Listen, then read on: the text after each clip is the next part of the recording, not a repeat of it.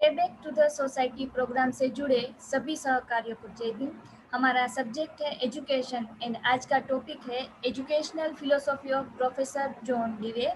सब टॉपिक है A aims of education beyond the result, B definition of education and C what is experience active plus passive, जिसके ऊपर हमें वक्तव्य देंगे धीमंत दिशा सिंगरकर जी। मैं मैडम से रिक्वेस्ट करूंगी कि मैडम आप आज के इस लेक्चर के ऊपर हमें अपना वक्तव्य दें। Thank you ma'am. आवाज आ रही है मेरी clear? Yes madam, Audible. Okay. सभी सहकारियों को मेरा जय भीम, जय भारत। हमारा ये जो महिलाओं का ट्रेनिंग पीबीएसपी के माध्यम से हो रहा है वो अच्छे तरीके से हो रहा है और मैं आशा करती हूँ कि आज तक हमने जो सिखाया है, आपको जो पढ़ाया गया है, वो ज्ञान आपको मिला होगा। जितनी भी महिलाएं आज इस प्रोग्राम में जुड़ी है, मैं उनसे इतना ही कहना चाहूंगी कि ये जो 5 सब्जेक्ट आपको पढ़ाए जा रहे हैं वो आप अच्छे तरीके से सीखें, समझने की कोशिश करें और समाज में समझाने का उसको प्रयास करें। तो हमें सोच विचार करने वाली महिला बनना है और समाज परिवर्तन के लिए हमें आगे आना है। तो आज का मैं टॉपिक शुरू करने जा रही हूँ। सहकारियों, अगर हमें पूछा जाए कि भारत रत्न डॉक्टर बाबा साहेब आम्बेडकर जी के आदर्श कौन थे, तो जवाब में हमें मिलेगा कि महाकारुणिक तथागत गौतम बुद्ध, महात्मा ज्योतिराव जी फुले, संत कबीर इत्यादि। और यही हमारे भारतवर्ष लोगों को भी धारणा भी बन चुकी है। लेकिन आज हम डॉक्टर बाबा साहेब जी के एक और आदर्श के बारे में चर्चा करेंगे। तो बाबा साहेब आम्बेडकर जी को समझना है, जानना है, तो हमको पहले उनके चौथे आदर्श के बारे में जानना होगा, समझना होगा। तो कौन है उनके चौथे आदर्श? तो उनका नाम है प्रोफेसर जॉन डीवे जी। तो प्रोफेसर जॉन डीवे जी का मैं थोड़ा परिचय देना चाहूंगी। प्रोफेसर जॉन डीवे ये अमेरिकन तत्वज्ञ, मानसशास्त्र और शैक्षणिक सुधारक थे। 20वीं सदी के उत्तरार्ध में एक अमेरिकन अभ्यासक, शिक्षा और सामाजिक सुधार के लिए प्रभावशाली माने जाते हैं। इनका जन्म 20 अक्टूबर 1859 को बर्लिंगटन यूएस में हुआ था और 1 जून 1952 को न्यूयॉर्क में उनका देहांत हुआ। उन्होंने कोलंबिया यूनिवर्सिटी में शिक्षा देने का काम किया। एजुकेशन फिलॉसफी इनका एक मुख्य स्वारस्य। उनका प्रभाव डॉक्टर बाबा साहब आम्बेडकर के ऊपर पड़ा, जबकि बाबा साहब सन 1930 से 1960 तक कोलंबिया यूनिवर्सिटी में पढ़े थे और तब जॉन डीवे उनके शिक्षक थे। बाबा साहेब उनके एनहिलेशन ऑफ कास्ट में कहते हैं कि प्रोफेसर जॉन डीवी मेरे शिक्षक थे जिनसे मैं बहुत सारा प्यार करता था। जब बाबा साहब उनके छात्र थे तब उनके दर्शन को समझे, आधुनिक दुनिया में बुद्धि की भूमिका को समझे और इसलिए उन्होंने जॉन डीवी को अपना गुरु माना था। तो सहकारियों, आज हम प्रोफेसर जॉन डीवी जी के एजुकेशन फिलॉसफी के बारे में थोड़ी सी चर्चा करेंगे। जॉन डीवी जी की ग्रंथ संपदा बहुत बड़ी है। अगर आप उनकी जो ग्रंथ है वो आप पढ़ेंगे, जानेंगे तो आपको समझ में आएगा। तो जॉन डीवी जी की एक बुक है फिलॉसफी इन एजुकेशन। वो उसमें शिक्षा के बारे में कहते हैं कि जो स्कूल में आज हमें सिखाया जाता है, क्या वो सही सिखाया जाता है, सही पढ़ाया जाता है? तो ऐसा नहीं है। जीवन का अनुभव एक बहुत बड़ी शिक्षा होती है।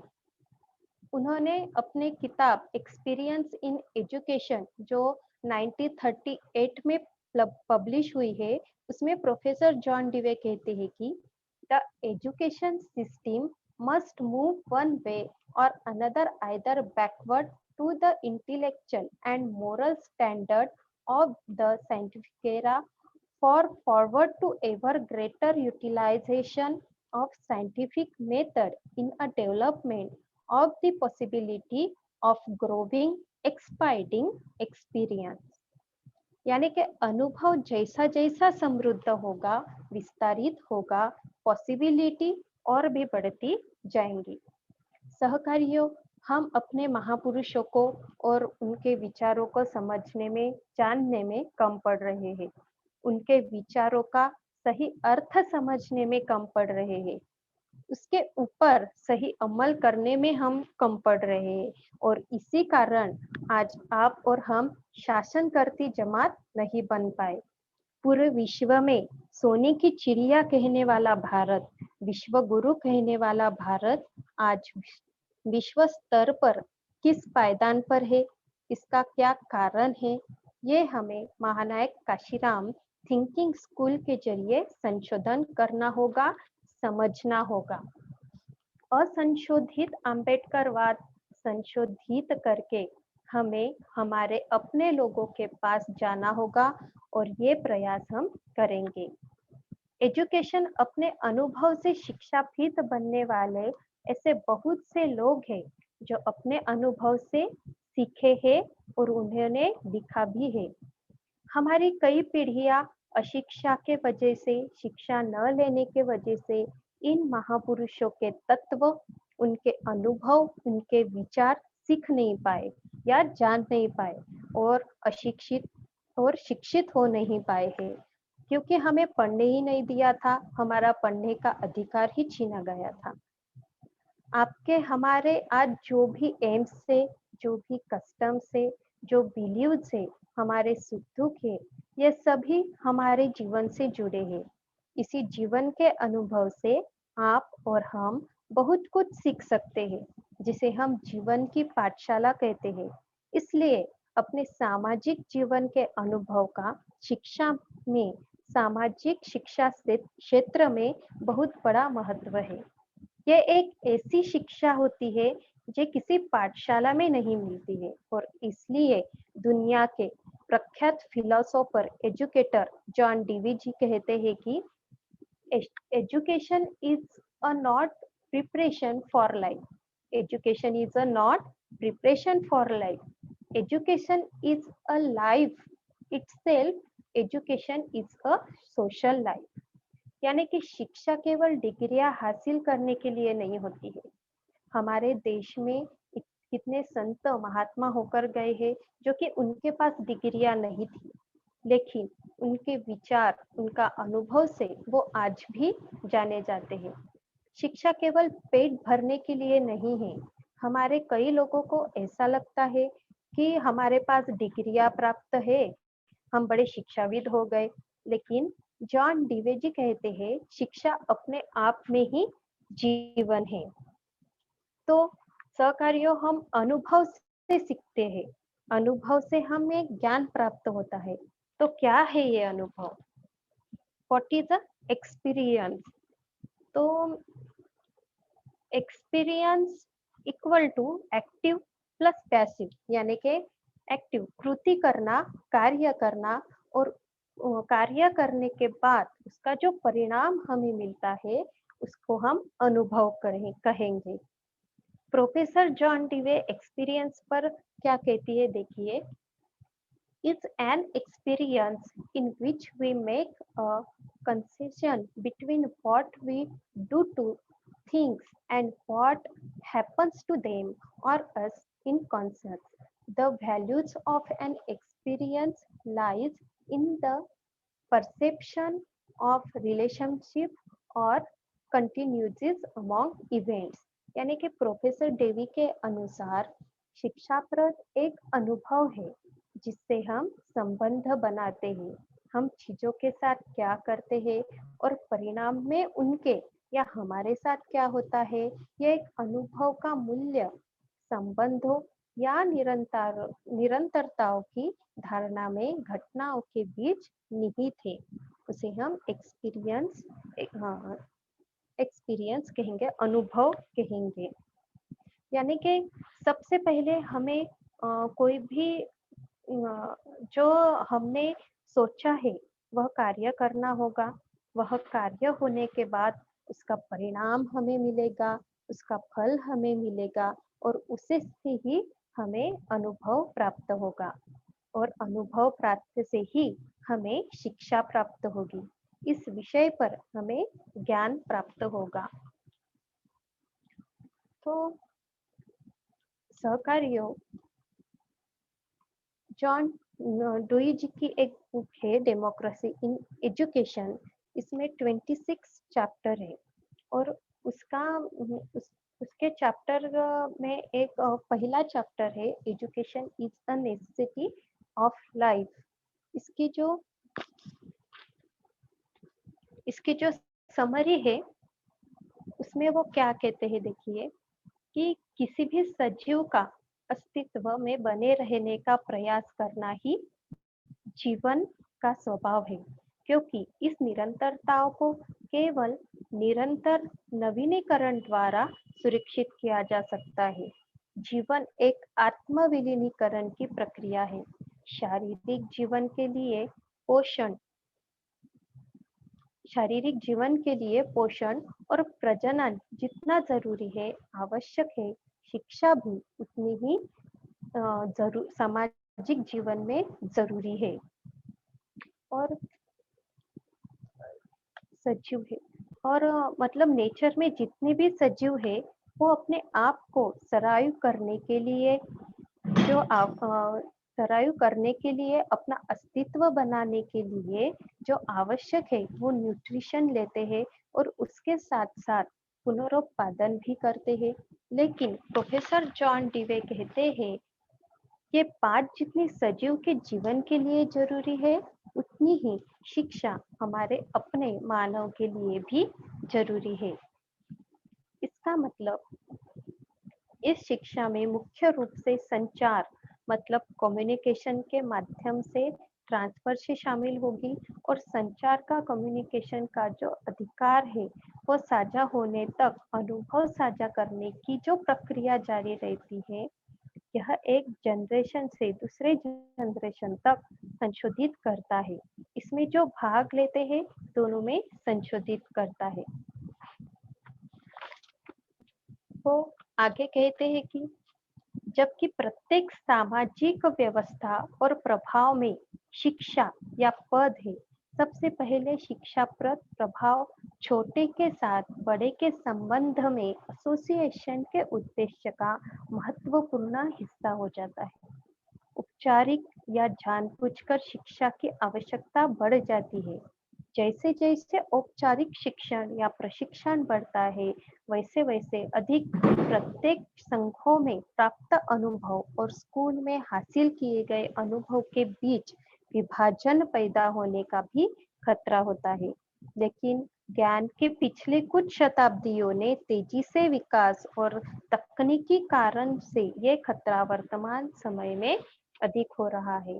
यानी कि सहकारियों, कई बार ऐसा होता है कि अनुभव के तौर पर हमें कुछ सिखाया जाता है और स्कूल में जो कुछ सिखाया जाता है उसमें एक अंतर आ जाता है।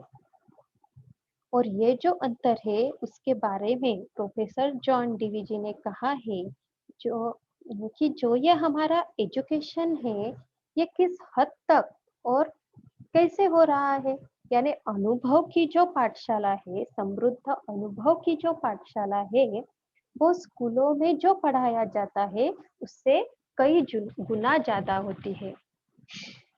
वो कहते हैं कि किसी भी सजीव को अपना अस्तित्व कायम रखने के लिए जीवन क्रम में खाद्य और जीवन क्रम में अस्तित्व कायम रखने के लिए जीवन क्रम में खाद्य और संतति जितनी जरूरी है, इसी तरह शिक्षा एक व्यक्ति से दूसरी व्यक्ति के पास, एक पीढ़ी से दूसरी पीढ़ी में कम्युनिकेशन के माध्यम से ट्रांसफर होनी चाहिए।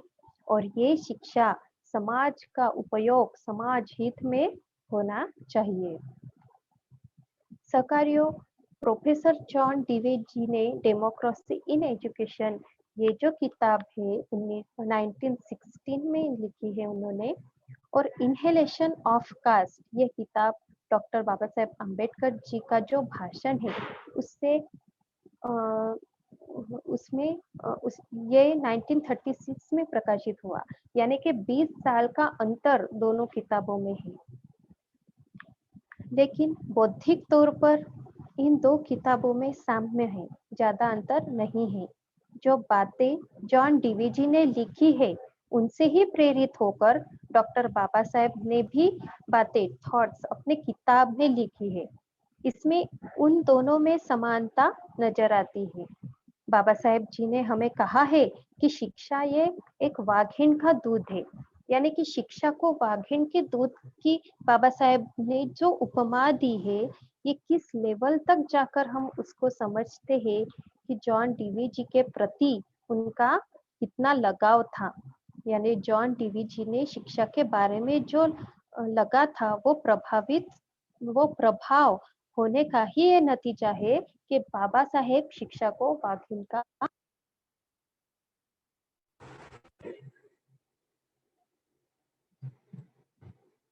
हेलो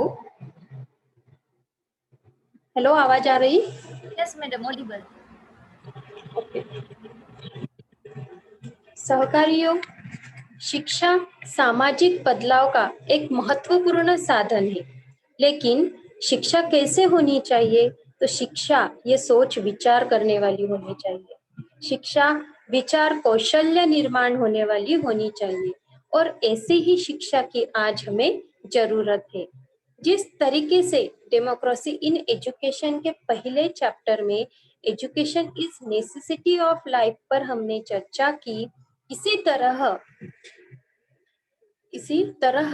बुक का एक और चैप्टर है democratic conception in education, chapter number 7।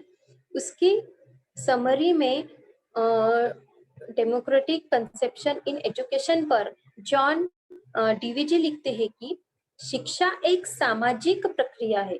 शिक्षा एक सामाजिक प्रक्रिया है। समाज में अनेक प्रकार के ऐसे घटक है जो शैक्षणिक आलोचना निर्माण करने के लिए एक मानदंड है, एक विशेष सामाजिक आदर्श का अर्थ है।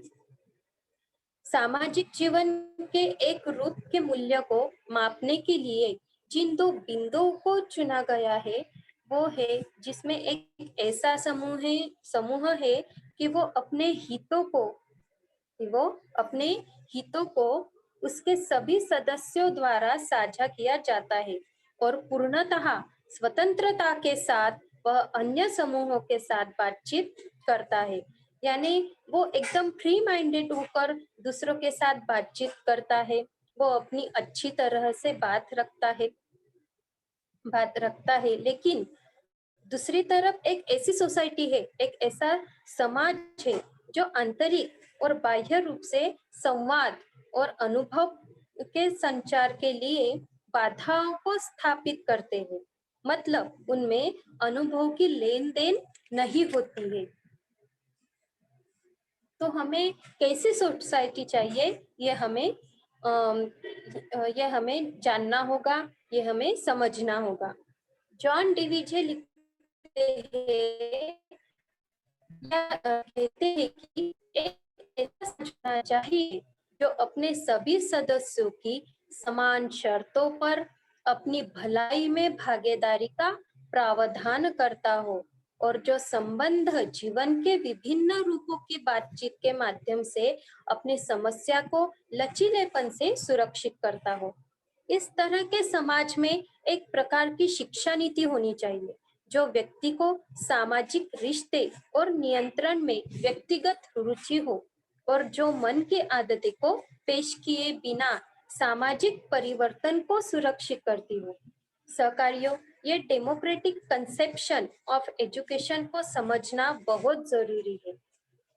ये क्यों जरूरी है? उदाहरण के तौर पर डॉक्टर बाबा साहेब आम्बेडकर ने शिक्षा के अनुभव के आधार पर अकेले ही यहाँ की मनुवादियों की जितनी ताकत थी उन पर वो भारी पड़ गए। क्यों भारी पड़ गए?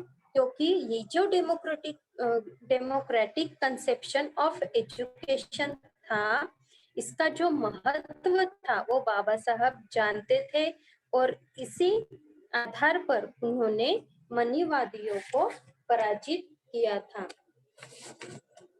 तो अगर गुलामी के खाई में पड़े हैं तो इसमें से निकालने का रास्ता भी है, वो हमें अपनाना पड़ेगा। पे बैक टू सोसाइटी प्रोग्राम के माध्यम से और इसके कम्युनिकेशन, कोऑर्डिनेशन और कोऑपरेशन इसमें होनी चाहिए। इसके माध्यम से हम ये कर सकते हैं। और कम्युनिकेशन हम में होना चाहिए, कोऑर्डिनेशन हम में होना चाहिए और कोऑपरेशन भी हमें होना चाहिए या हमें रहना चाहिए। और ये हमें शिक्षा से ही हासिल हो सकता है। इसलिए शिक्षा ही समाज में समानता ला सकती है। जब मनुष्य शिक्षित हो जाता है तब उसमें विवेक और सोचने की शक्ति भी पैदा हो जाती है। तब वह न खुद पर अत्याचार खुद पर अत्याचार सहन कर सकता है और न ही दूसरों पर अत्याचार होता देख सकता है। कोई भी समाज जागरूक, सुशिक्षित एवं स्वाभिमानी होगा तभी उसका और इसके समाज का विकास होगा।